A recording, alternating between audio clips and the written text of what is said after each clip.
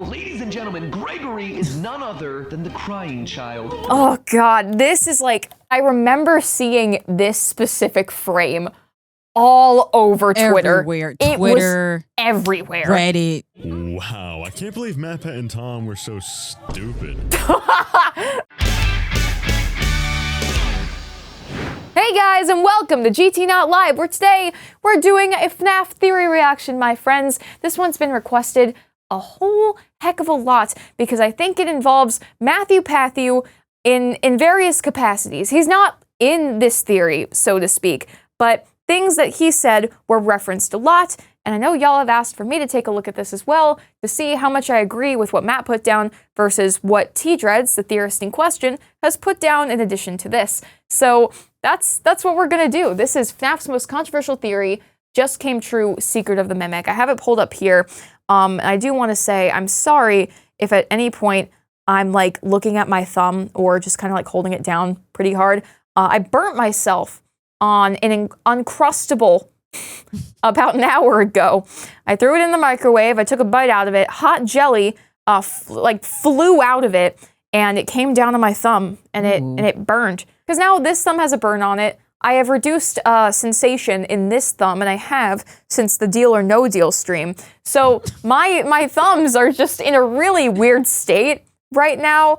Like, I'm giving it 2 thumbs up, but like, it's because we're trying to hold on. You know what I mean? We're doing our best. We really are. Nothing numbs the pain quite like the lore of Five Nights at Freddy's. And so I'm going to engage with the content now. Let's hop, skip, and jump right into it. This is FNAF's most controversial theory just came true, Secret of the Mimic by TDreads. Let's check this out, my friends. Yippee-ki-yay, 53 minutes and 32 seconds. Get ready for the 10-part extravaganza coming to you live, including frequent updates about the state of my thumb and the first-degree burn I have received today. Of course not. Nothing in this franchise is ever an accident. Take a look at Gregory here. Oh Notice no. his Oh no. brown hair with a piece falling between his eyes. Shorts, a shirt with 2 stripes across the middle. Oh. Ladies and gentlemen, Gregory is none other than the crying child. Oh god, this is like...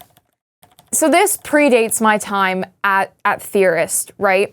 But I remember seeing this specific frame all over Twitter. Everywhere. It Twitter, was everywhere. Reddit.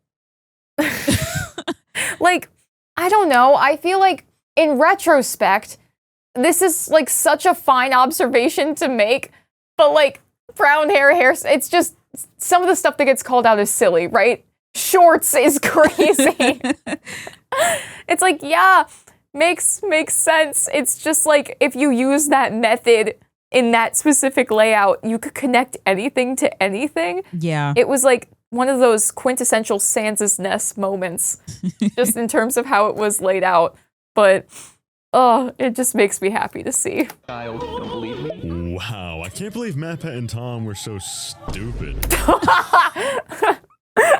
Wow, I like that he's dragging Tom into this too. Right? It's like, no. You're not innocent here. Hold on, I actually want to see. Okay, this is January 1st, 2022. So Tom was on by that point.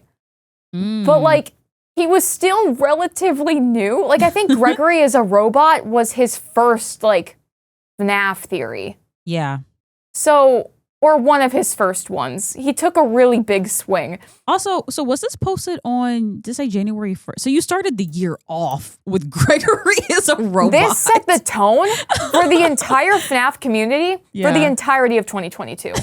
It was this and this alone. That's so funny. It was like an air freshener for the year. Yeah. Anyway, I like that Tom is getting credited but also smacked down. It's very silly. I'm gonna turn on subtitles just so that it's easier for y'all to see. Stupid. Ah, fuck. Oh yeah. Oh, we're gonna get. Scott, what are you trying to say? What? First of all, wow. I have so many thoughts. Woof. First of all, this picture of Scott.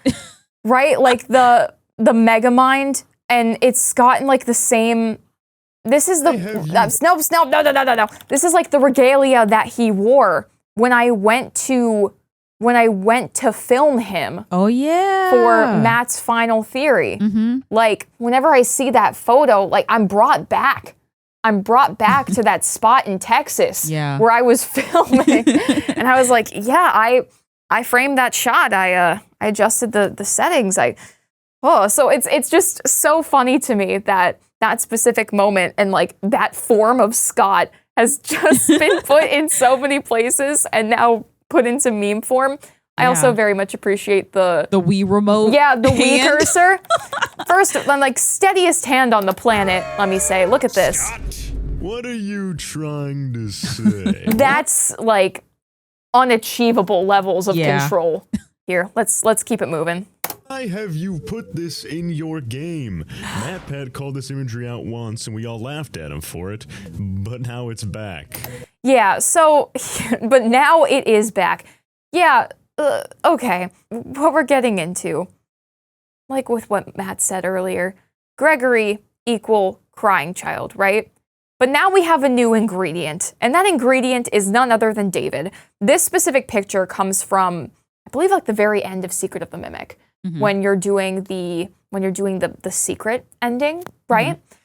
So we go into like Edwin's actual home, and we found this photo in his room, I think, and it parallels an end screen from Security Breach, right? Where it's Gregory and Glamrock Freddy, but the image is flipped. Like here they're facing towards the left, looking out at this factory under a tree. And the other one, in Security Breach, it's Glamrock Freddy and Gregory on the left, facing towards the right, and they're just looking off to like the distance, right? To say that because David had so many connections to how we saw Crying Child, and Crying Child was connected to Gregory, I'm just gonna go out on and make the assumption that we're gonna argue that all three are either connected or that there is a through line between all of them at the very least. But if that's where this is going, this is gonna be a really interesting reaction. Again, a kid with dark hair and a dark shirt with stripes. He's sitting under a tree on a hill next to an animatronic. He's unmistakably supposed to evoke the image of these two. Yeah, or can you get like little lines and call out brown hair, brown hair, brown hair? But I don't know if David's wearing shorts. Yeah, that's the thing. I think with that, there really is no way to know. Yeah. I don't see a Band-Aid anywhere. Even to the point where they're both carrying their favorite plushies. But this isn't Gregory or the Crying Child, it's someone new, David Murray. Yes. I'll be honest, this doesn't feel like a coincidence anymore. I can No. It is so aggressively not. Like, when we went through Secret of the Mimic, and it seemed like, everything that we really knew about Henry and William, it wasn't true. And we didn't know how much from those first 6 games we could really trust story-wise, right? Like, there was the conversation brought up about, like, are the games games? You might be like, yes, of course games are games. But are the games actually supposed to be game experiences in the universe of the games? The games. You know the games? The games. The games, yes. So it's just all of that to say that we don't really know how much we can trust about Afton and Emily's story. And therefore, like, it calls the Crying Child and who that character is entirely into question. So now that we have David Murray and we have Cece, Evan, or if you're dual process, like potentially Cassidy, does that kid exist at all? Was that real? Who knows, right? It could be parts of David Murray that, the story was just reconstrued so that Afton could just like absorb that story and just like steal those pieces of success and, rework it and say that it was all him. You know what I mean? So it's ambiguous. It's strange. But okay, I'm interested to see what you come up with, friend. accept this imagery once as simply paying homage to an old character, but now again with another kid, things are getting a little weird. So I started Things are getting a little wild over at Caillou's house. digging, because I wanted to see if our new friend David Murray actually connected to the Crying Child or Gregory in any meaningful way. Okay, if that's... Hold on. If that's David, are we saying that's David? Are we saying that's David? I think it's supposed to be. Okay. No Band-Aid. light brown hair. Also, No I may stripes. be wrong, but I think the images, like this particular image from the book that was supposed to come out, got pulled. Oh, really? Yeah, because there was like Okay. a lot of backlash over like the photos and like the art. Like people were like, That's right. I remember there being conversation about like, and these don't really match the characters and the colors Yeah. are wrong. And Mhm. yeah. so Okay, so this was involved in that. yeah, Okay, and that's why there's no striped shirt here. maybe. Right. Okay. Good shout, Bree. Good shout. And I hate what I found. By the end of When lore is ruined. this video, I'll tell you what the secret of the mimic actually is, and why these characters might be more connected than MatPat and Tom ever could have realized. Again. I love the thesis statement. I love the MatPat and Tom. Yeah. He's involved in this too.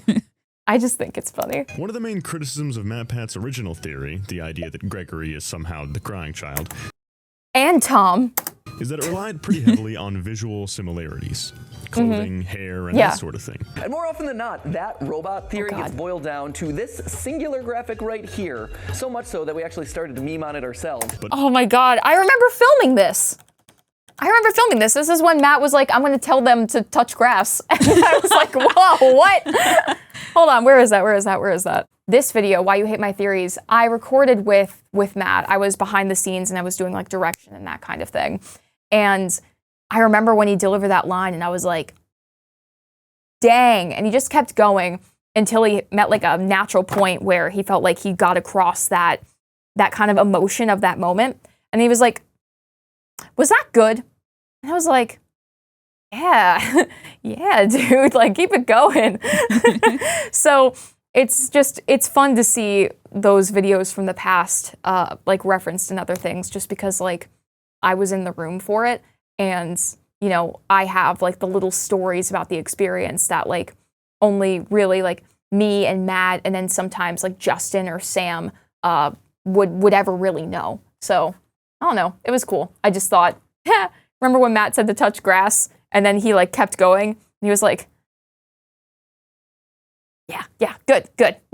Ourselves. But now, with the introduction of David Murray, we've got to revisit his line of thinking. Mm-hmm. Because this time, we have a lot more than appearance. Yes. So instead of just like physical attributes, which again, you know what? I'm going to defend it.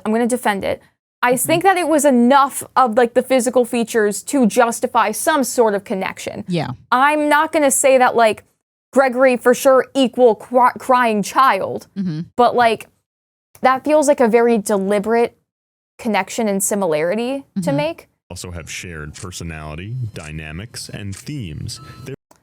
Shared PDT.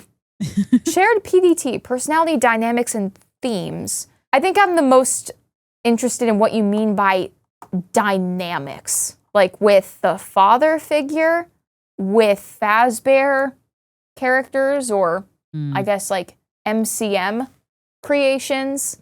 I am interested to hear what you mean. There's way more substance to this connection. And just to clarify up front, no, I do not think Gregory or the crying child are literal robots. I think... What? Wait, what? Hold on. No, I do not think Gregory or the crying child are literal robots. I think they're human, but we'll come back to that. Okay. Hi, Luffy. Hello? They're not literal robots. They're human, but we'll come back to that? A secret third option has entered the room. Okay. First thing I set out to do was find all the connections between David God, Murray David. and Gregory. Oh, okay. If you were there for the game theory, Secret of the Mimic live theory craft, which happened on the game theory channel, but Tom just went live for like an hour or something and just like wrote stuff down about, you know, the Secret of the Mimic game and some of his observations from that. And chat was spamming God David and to look into God David, which again, I don't even know if we can go into God David. That might be a different video. So stay tuned if you want that. But I feel like I can't hear God David without like seeing that chat running again. I don't know. I muted the program. Shot of security breach shows Gregory and Glamrock Freddy sitting on a hill under a tree. Now, this is the same exact hill we see David and Fiona sitting on. Hold on.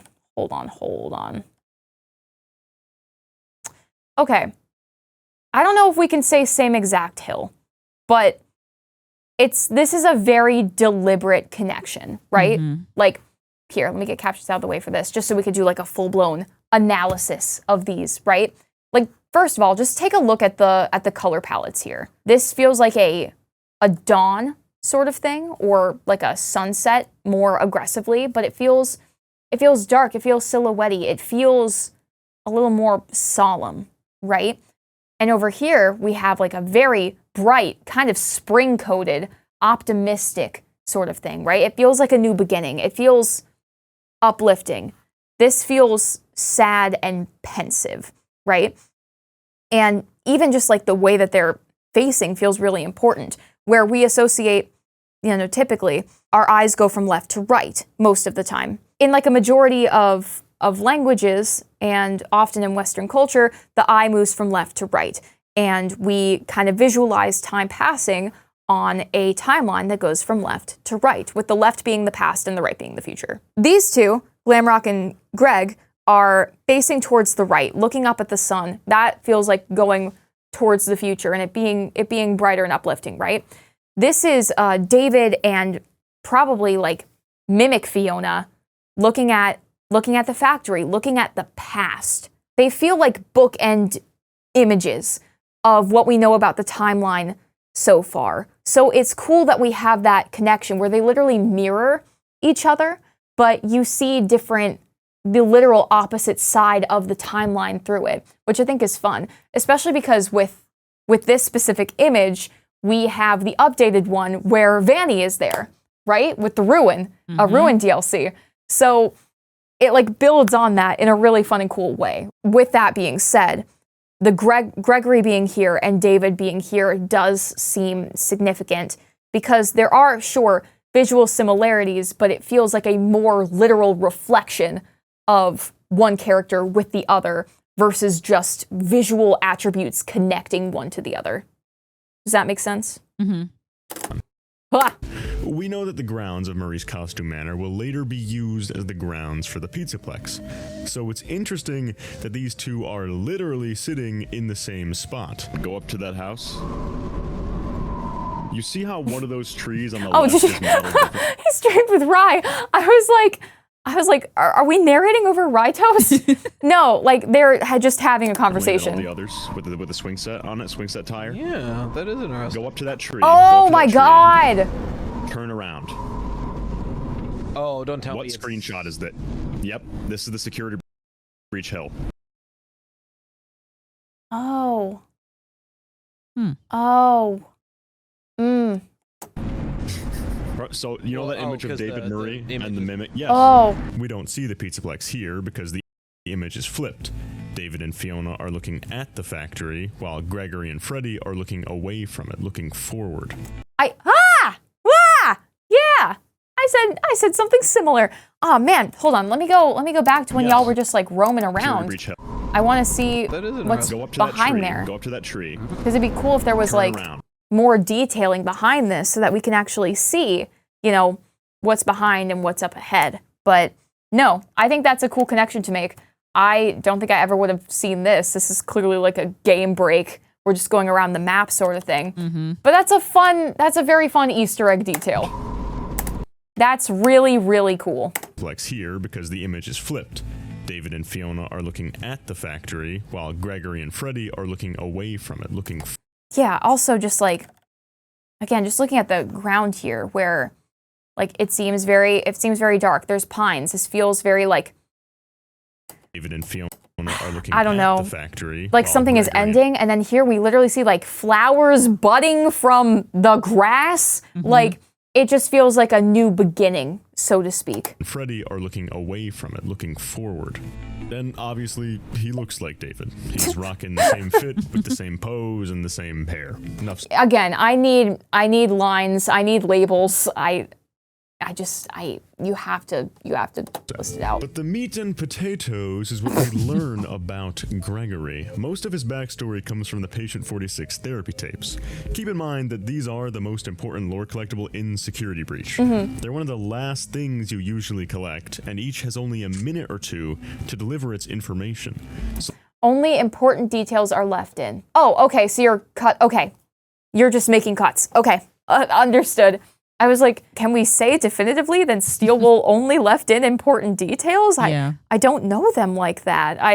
I'm not sure. there isn't much time to waste. The connections to David Murray found in these present themselves in some very telling ways. I think you'll catch on to what I think is happening pretty soon. One of the first comments made to Gregory here is, When the shade's pulled, it feels like we're in a cubbyhole or a cave. Shades pulled. It feels like we're in a cubbyhole or a cave. Okay. now back then, this comment seemed like a really weird detail to emphasize in tapes that were clearly insanely lore relevant, but that's because we didn't know David's story yet. In Secret of the Mimic, David Murray has a little cubby area set up. Potential God David incoming. And Potential God David incoming. the Yes. cave is one of the most important areas in Moon.exe. Oh, good call. Good call. A cubby area or a cave. There was actually a cubby and a cave, right? Mm-hmm. Oh. Okay. Where the Yeah, just statue go. of the baby owl, representing David, resides. We know that Gregory, too, in the same room with the Balloon World arcade machine, more about that machine later, sets up a cubbyhole of his own. The Patient 46 tapes Right. then take a mysterious turn when the Hold on. sets up a cubbyhole of his own. The Balloon World arcade machine, more about that machine later, sets up a in this the owl, representing David, resides. We know that Gregory, too, in the same room with the Balloon World arcade machine, more about that machine later, sets up a cubbyhole of his own. Okay, let me see. Let me go back to David's. Potential Oh, and there God are David pictures on the wall. coming. Okay, there are little drawings on the wall. So David did draw pictures to hang up, and that's what Gregory's done here. Sets up a cubbyhole of his own. The Patient 46 tapes then take a mysterious turn when the therapist brings up a tragic Hi, therapist. history involving Gregory's parents. Oh Well, I'd no. like to start by talking about your parents. What happened to them and you was tragic. But it's later revealed What happened to them and you was tragic. Like, she's kind of invested in the, like, tell me the drama, Right? Gregory. Let me know more. I don't know.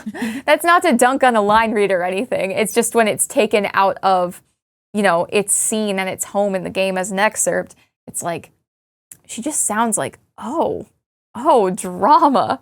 Ooh. that the story Gregory gives here is a complete lie. The therapist herself notes something odd about the way Gregory talks about it. Okay. She says it's as if he's pulling his memories out of a book. Ooh. I'm trying to put together in my mind where you're going with this. Pulling them out of a book. They're not literal robots. Is this like Gregory mind control, mimic puppeteering to create a new David? Like, is that where you're going? Yes, there are visual similarities. Yes, we see like the reflected, the images of Gregory and Glamrock Freddy and also David and M1. Right. They're not literal robots pulling memories out of a book, literally replicating or mimicking David with the cubby thing and the decoration, or I guess the outfit. Is that where we're going? Rather than actually recalling them as his own and processing them in a subjective, emotional way. But when I looked through the notes, I didn't get a sense that you've processed that emotionally. When I read your account of what happened, it came across as, well, more of an objective rather than a subjective narrative.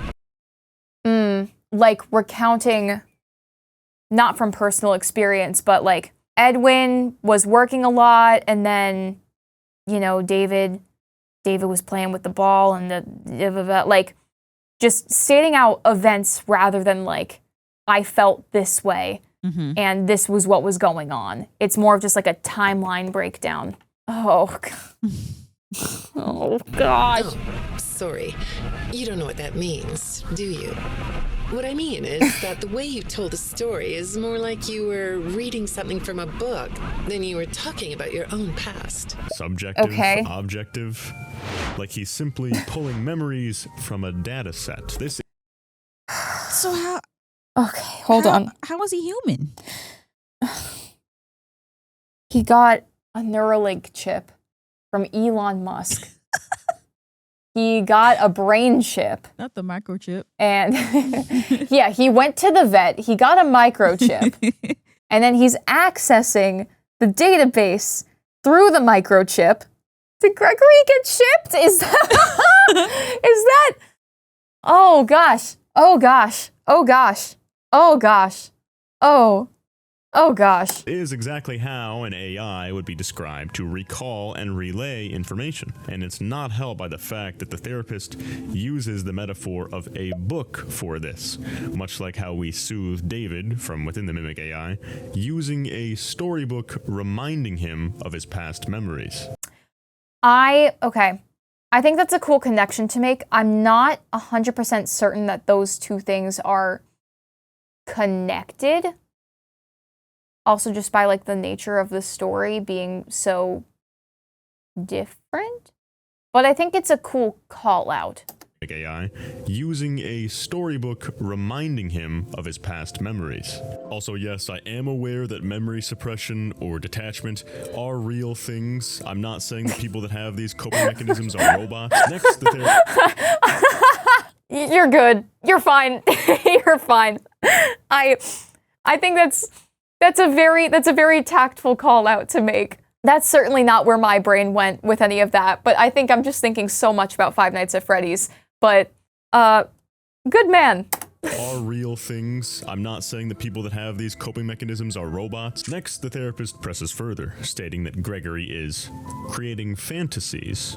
So, if you could process those feelings, how do you think it would affect your fantasies? Gregory, speaking to the therapist here, is inventing fantasies, inventing memories from his past that don't line up with the documented past of Gregory, the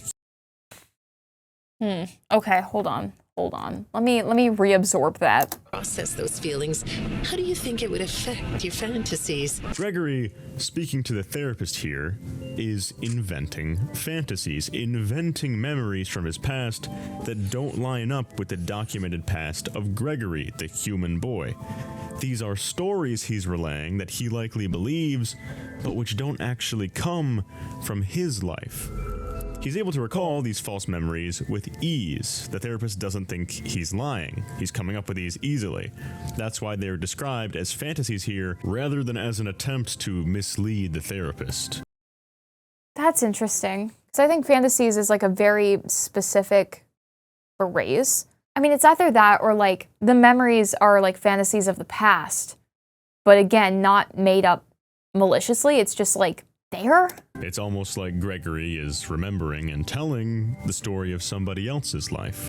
Which is interesting too, because like when the objective facts are told and then you take that to come up with other things, it's like that's the objective is the foundation of those fantasies, so to speak. Mm-hmm. So building off of that, I could see it. The next tapes presents some different information that still helps us in theory crafting. Gregory's being asked a string of opinion-based questions. Okay. Simple stuff about sports or whether he likes going outside, but he doesn't answer. How do you spend all the time you have? Nothing. Well, how do you feel about sports? You like sports? Yeah? No? Oh, I get it. You like to watch them, but not play them. It's interesting, right? Because like one, obviously, Gregory is not talking. Patient 46 is not talking throughout any of this. But, you know, obviously, like you called out before, and rightfully so, Steelwool is including the important details are what's being included here because we have to use the time for each of these tapes wisely. We're just kind of getting attributes of Gregory assigned onto him. So And I think this isn't because he's being difficult, but because there's nothing there. His lack of communication here, to me at least, reads like an empty husk at times rather than a liar. At this time, for some reason, Gregory doesn't have developed preferences or opinions on some things. yeah, like he doesn't, but also I feel like storytelling wise, they're using the therapist to like seed out information, and something as like robust as, oh, you like to watch sports and you don't like to go outside and all that sort of thing. Outside is scary, right? Because David dies. Where is my ball? It went out in the road. There is a car. Like outside scary, foreshadow death. Mm-hmm. You know, just like little things like that. Something is wrong with him, and the therapist... He's wiggly. He Next up, wiggles. the therapist describes Gregory as somebody that doesn't have any friends, as a loner. A strange thing for her to think, because we know that he does have a friend in Cassie. Right. You move this back down here really quick. So for whatever reason, at this time he's being antisocial or doesn't know how to make friends. Right. So if you're going to say, like, if he is under some kind of influence and not by drugs, then, you know, we see these two sides of Gregory that don't necessarily line up, which is what Ruin seems to imply with that. So if there is an outside force influencing Gregory, that would be a sign. And if we're going here to David, who was friends with, you know, all of the little mycelium men and little gadgets and doodads that came from MCM, then yes, I can see that the influence being connections to David.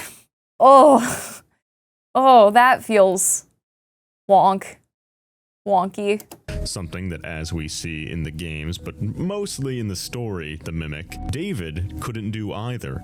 He pretty much never left the factory, never went to school, and never interacted with anybody outside of babysitters and his parents. So Right. again, here the therapist is describing a character trait which doesn't line up with Gregory's past, but which does line up with David Murray's.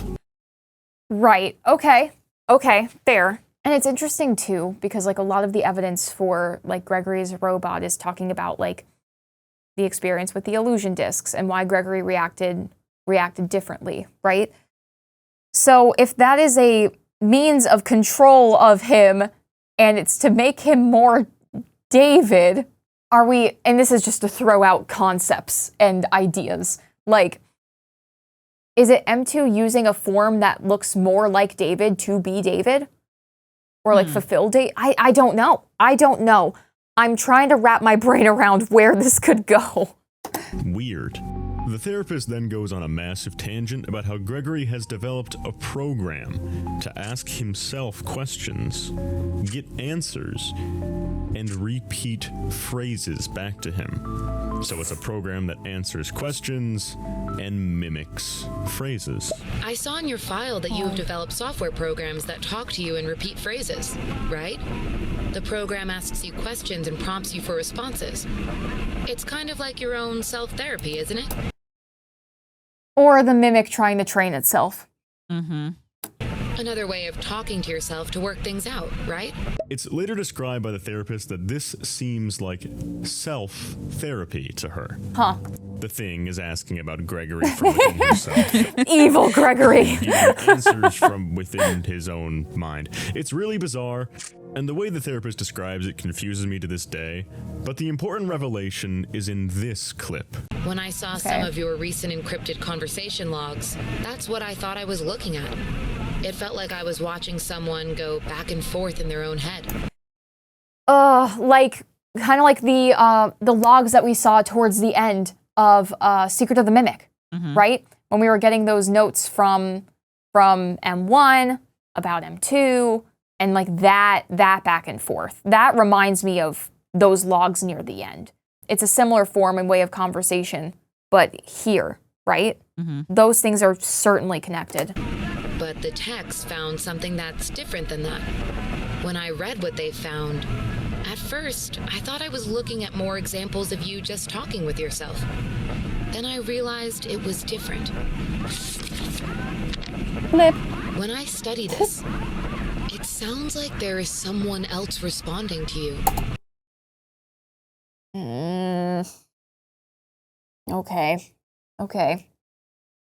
Okay. Okay. Okay. Okay. Who is it? There's Who is somebody it? else responding. The language used here is very interesting. In Vanessa's tapes, for example, it's clear from the get-go that she's talking to a separate person, being manipulated, and doing out-of-character things. But a routine check of your online history has revealed that you've spent quite a bit of time with someone in an encrypted conversation. Oh, man, these AIM chats, dude. This AOL instant messaging, it's going too far. Okay, I realize that's probably way outdated for many of you, and many of y'all had never had an account on AIM. Were you on AIM? No, Really? I was not. Oh my god. The high that came from being on AIM when I was 9 years old, I felt so cool. We have transcripts, and I've read them. But it's not clear what you're talking about in these conversations. I can't make sense of it. You must be getting something from these that I'm not getting, right? With Gregory, however, the therapist confuses the conversation as being self-talk, almost as though the thing that Gregory is speaking to could easily be mistaken for him. Which screams mimic. Like, Yeah. if Vanessa is talking to, like, if it's more of like an Afton-esque sort of ruse, this is way more mimic pilled and mimic coded. So I don't like that, because again, that's proof that, like, oh, these are two separate, like, entities, or at least, like, mimicking Afton versus, like, Vanessa. But this is just, like, the meshing of personalities and pasts in a way that's strange, and also, now that I'm thinking of it, kind of ties into what we were discussing with Edwin and, like, Afton/Emily with Secret of the Mimic, where Edwin's sort of...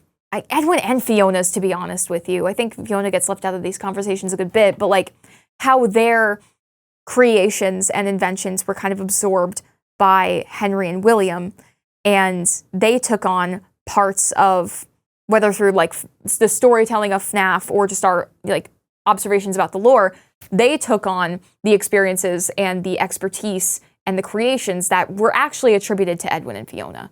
Right? So it feels like two consumptions of, like, an identity that are taken and put into a different person. By this point, I'd become quite confident in this. Gregory isn't just confused or lying to the therapist. He's being influenced by something. Oh, no! No! And if the Frights and Tales books were meant to give us any information at all as to where Scott was taking the plot, it's likely that he's sharing his brain with another mind. Okay. Okay, here we go. Here we go, y'all. Here we go. Here we go. This is a lot. This is a lot. That's Okay. why we have all these false memories, and why the therapist confuses this as self-therapy, a self-dialogue from within his own head.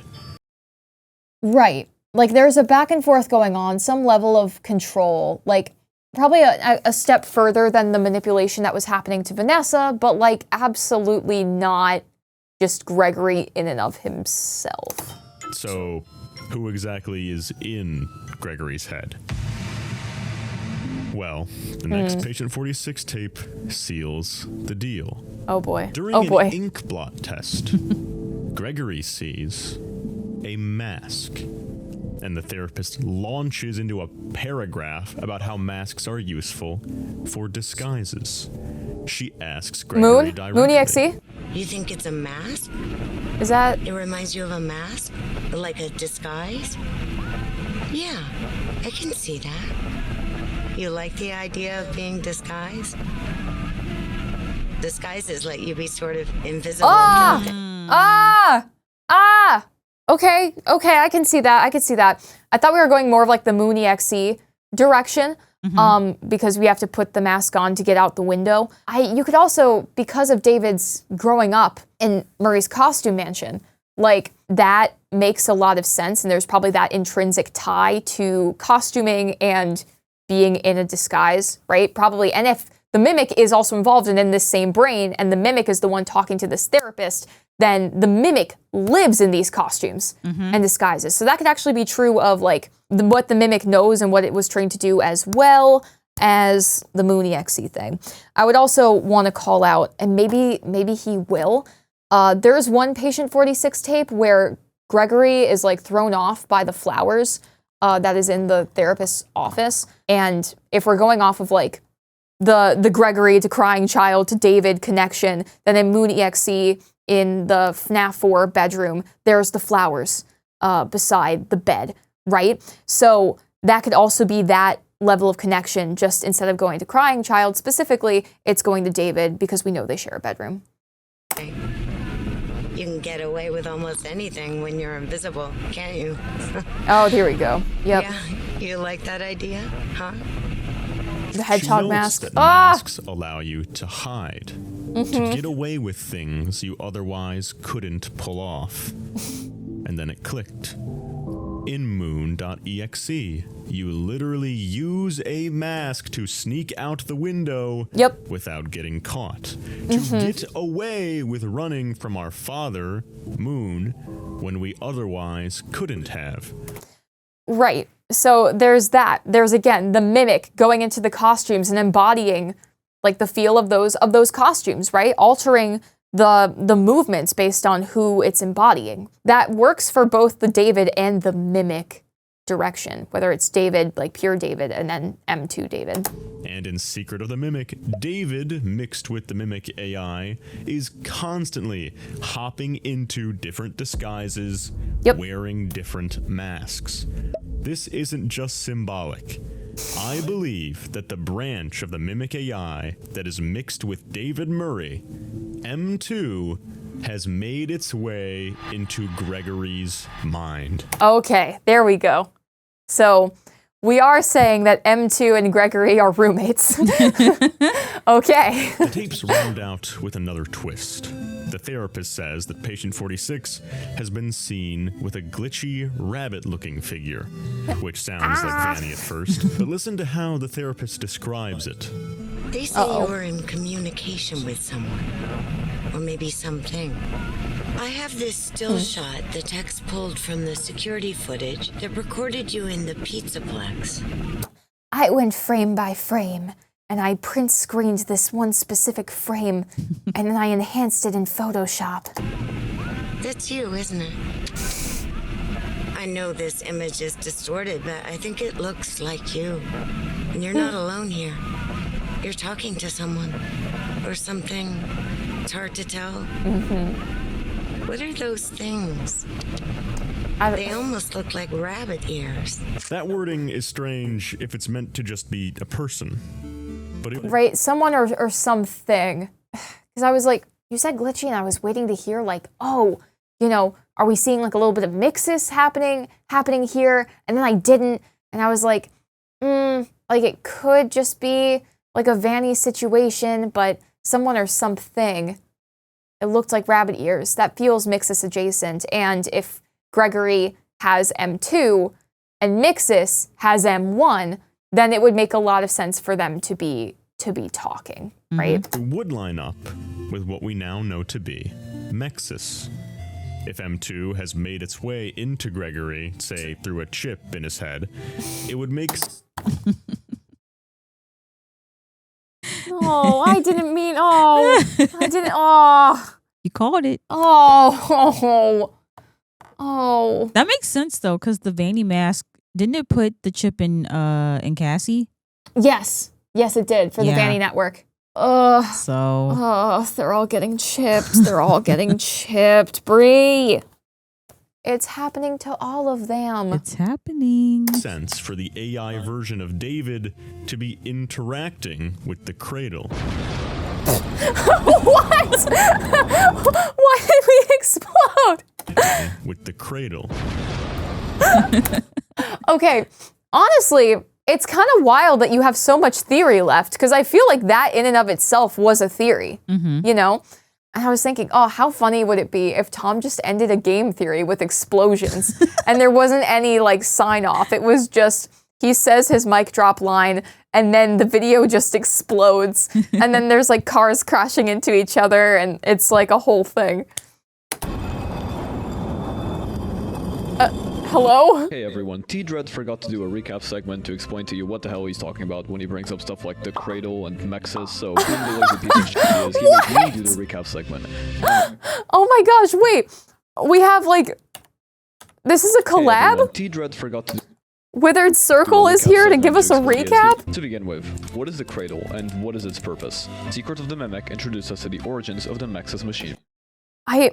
This is what I'm so curious too, and I do want to go back to Security Breach and like go through it just to see what it's like without, I want to go back and see what it is, knowing what we know about Secret of the Mimic now. Yeah. Just to see. Be just so to see, interesting. right? Especially with the with Ruin too. Like, oh, I want to go back in and take a little look-see. Yeah. So bad, and just like free roam and explore. Yeah. So I'm really considering that, but I'm just so curious how Fiona / the Cradle got into Mixus. Because again, Mixus has such strong like Afton related imagery of like purple rabbit when Fiona is the sun. Like that's what we know is associated with her now. So even if, you know, the Cradle / Mixus and they're the same thing, there were clearly a lot of changes that got implemented to that if Afton got hold of the Cradle and then turned it into something else, right? Yeah. And, you know, it's not lost to me that Mixus kind of sounds like Mrs., right? So it feels still connected to Fiona in that way. And how did it change? I do not know. But to me, it's like, I want to see how that changed as well. Of course, Afton going in and taking everything and being like, oh, it's all ours. But I'm still curious if that's really what happened there. Because it's so different. Yeah. Unless the Cradle is more than just M1 Fiona, you know? Machine from Ruin. In Ruin, the Mexus machine is an augmented reality computer meant to keep the Mimic locked in the basement under the Pizzaplex, and when Cassie disables it, it can roam free and attempt to escape in that DLC's ending. But we found out that Mexus, or at least the blue AR rabbit part of it, has its origins in something called the Cradle. In case you want the full breakdown of the game's lore to better understand what I'm talking about, go watch my video on the subject or just wait for TDreads when it releases in like 6 months from now. Anyway, here's the log the F10N4 computer sends Edwin explaining what the Cradle does. Edwin, please talk to me. We need to stop it together. Right. Here are the... Because, like, yes, Cradle is definitely origins of Mixus, and its mission changed, where it's not just, like, protecting M2, it's kind of just, like, locking M2 down, which is that is a shift, right? Like, it's not just keeping it, I mean, it's kind of keeping it safe, but it is trapping it. We got, somehow we got from one place to the other. Blueprints So for Cradle. It can help keep David safe and provide boundaries. Somehow things happen. It's a type of computer, and it's bigger than anything you've done before. If you won't finish the program, consider building the Cradle. It will keep people safe. Right. So this is coming from Fiona, or Fiona M1, right? We need to stop it together. Here are the blueprints for a Cradle. It can keep David safe and provide boundaries. It's a type of computer, and it's bigger than anything you've done before. If you won't finish the program, consider building the Cradle. It will keep people safe. And that is largely what Mixus is set out to do, provide boundaries. It just feels like the primary objective isn't keeping David safe. It's keeping people safe and keeping David inside. Now, if you're familiar with the lore of Secret of the Mimic, you'll know that this log isn't just about protecting David.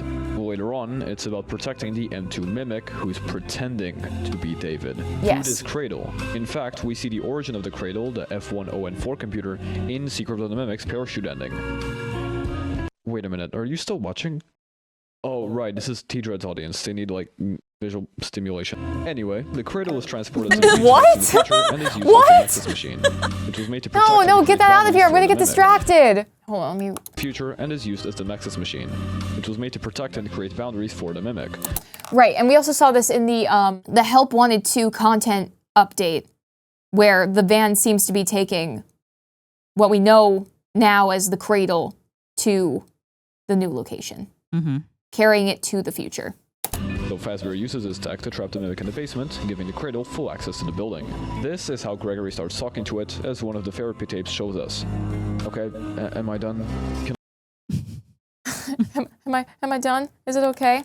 Yes, so Gregory is able to talk to M1/Mixis / maybe in some part M1 Fiona, because Mixis is there and has full access to the Pizzaplex because it's trying to trap M2 David in the basement. Yes. Can I go to sleep? Okay, cool. Alright, TD, next time you forget to do a recap segment, that's on you, buddy. Go subscribe to me or something. Therapy tips. Bye.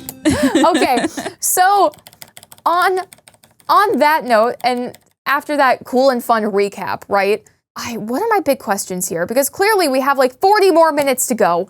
So we're gonna have to do another part to this, right? And I'm gonna have, I'll lay out my notes of like all the Patient 46 tapes because I feel like they're gonna come in handy because there's some cool things in there that I haven't heard referenced yet. Like the flowers really, really stand out to me, and like not flinching or reacting when the therapist changes because there's no like reason for an AI to react to that change because that's not important and that's not like you would need to have and be experiencing those like human emotions to have a response to someone that you were really vulnerable to, switching out with someone else.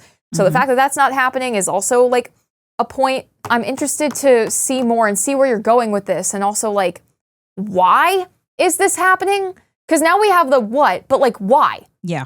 Like why is Gregory time sharing his brain? You know what I mean? Yeah. It's why is that happening? For what purpose? Is it just a reliving of the past? Are we saying that there's more active influence here? Is it kind of what we set up in The Secret of the Mimic, where, we want to keep the Murray family together in some capacity? It feels odd, right? So I'm curious to see where we go. But if you like this, let me know if you want a part 2. I'm thinking like 17 different things right now, and we will divulge into all of them in the upcoming parts. So thank you all so much for watching. And remember, my friends, this was not a live stream, but it was a video for you. See ya!